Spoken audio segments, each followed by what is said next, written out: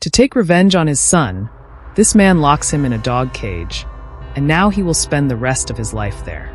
Adam cares a lot about dogs, so as soon as he enters cage, all the dogs cling to him as if they are welcoming him.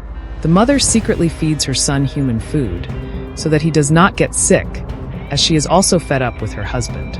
When she becomes pregnant again, she leaves home for the future of her child. However, there is one thing I did not like here. I wish she had taken Adam with her, but then the movie could not be made. In the Adam cage, female dog gives birth to many puppies, which he keeps hidden from his father for several days because he fears they will be sold. But one day, his older brother Michael sees him hiding the puppies and immediately tells their father. Enraged, the father comes with a gun and shoots at Adam, causing one of his fingers to break. A bullet hits his spinal cord, leaving him unable to move from his place. He gives his severed finger to the dog and tells it to find the police car. Upon seeing the human severed finger, the police chase the dog and reach Adam's house. Will they be able to save Adam? And what was Adam's mistake that led his father to shoot him? To find out what happens next in this movie, let's move on to the detailed explanation of the film. The film opens with a police team conducting vehicle inspections at a security checkpoint. They stop a large truck, and the driver's suspicious behavior raises red flags. Upon searching the truck, they found hundreds of dogs inside. Adam is brought to the police station for questioning. A psychiatrist named Evelyn is assigned to determine whether he should be sent to jail or in a hospital. At Evelyn's request, Adam begins sharing his story. His father was in the business of breeding and selling dogs, but he also trained them for illegal dog fights. To make the dogs more aggressive, they were starved for long periods. I couldn't bear to watch, so whenever my father wasn't around, I would secretly cook for the dogs, which is why they grew so attached to me. However, one day my brother caught me feeding them and told our father. Enraged, my father locked me in a cage with the dogs, where I remained for months. My mother, already tired of my father's cruelty, eventually left the house, but she cared for me deeply and looked after me until she left. After several months, one of the dogs gave birth in the cage. I kept the puppies hidden for days, knowing that my father and brother would sell them. But one day, my brother discovered the puppies, and in a fury, my father grabbed his gun and shot me. The bullet struck my spine after hitting my finger, leaving me unable to move. I gave my severed finger to my smartest dog and told him to find a police car. The police, upon seeing the human finger, followed the dog to our house. My father was sentenced to life imprisonment for mistreating me, while my brother Michael received 12 years. Evelyn returned home after hearing Adam's story. The next morning, she visited the dog shelter where Adam had stayed before his arrest. The building was in terrible condition, with bullet holes everywhere. Evelyn then returned to Adam in the police station. After the shooting incident, I was sent to an orphanage where I befriended an actress named Elena. She was kind to me, teaching me acting, singing, and makeup.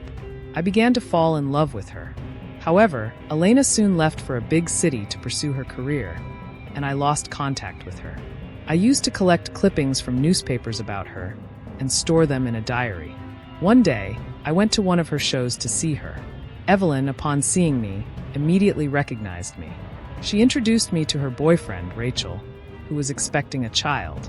Hearing this crushed my hope of being with her.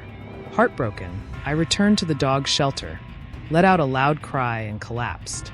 The next day, some officials arrived with a notice asking me to vacate the shelter. Adam then moved to a nearby abandoned building. My father received life in prison, and Michael got 12 years. But he was released early, after only 8 years, for good behavior. After his release, my dogs took him to a deserted street and scratched him to death. Managing food for so many dogs was becoming increasingly difficult for me, so I began searching for work. However, due to my disability, no one hired me. One day, a young boy ran into my building, fleeing for his life. When I asked what had happened, he explained that a local gangster named Matthew was demanding ransom from him. I decided to help. I gave one of my dogs a mobile phone and called Matthew, while another of my dogs snuck into his room and grabbed him by his main parts. I warned him that if he tried to extort money from the locals again, it would be his last day. His men tried to chase my dogs, but they couldn't find anything. Harry is very happy with this and installs cameras all over the building. Adam shares that one day he went to the theater to watch a stage show that he liked very much. The show organizer agreed to give him a chance after hearing his song. People enjoyed his performance, but the income from the shows wasn't enough to cover the food and drink needs of their dogs. That's why he taught his dogs to steal. They would steal valuable jewelry from rich people's homes and sell it to buy food for the dogs. During the investigation of these thefts, an officer named Milo discovers that the thefts are being carried out by trained dogs. One day, while chasing a dog, he sees it climbing into a truck. From the truck's license plate, Milo tracks down Adam and spots him wearing the stolen locket at the theater. After the performance, he requests a meeting with him, but Adam refuses. Milo follows him to his building. While entering, I notices Milo. Milo demands the jewelry from him at gunpoint, but the dogs attack and kill him. After hearing all this, Evelyn asks why Adam was arrested again. He explains that a local gangster named Matthew found his location through Harry.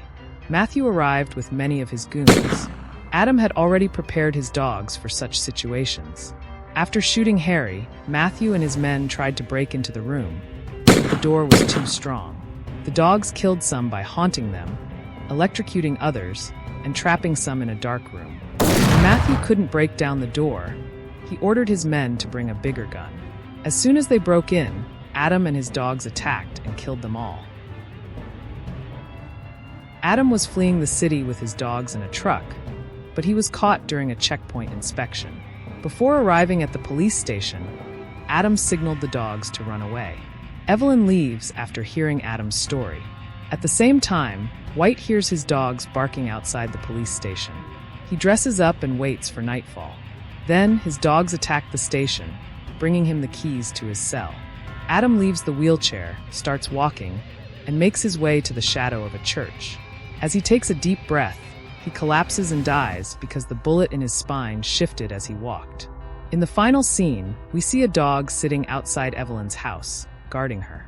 Evelyn remarks that her drunken husband harasses her a lot, and that's the last scene of the movie. If you like my explanation, please don't hesitate to like and subscribe.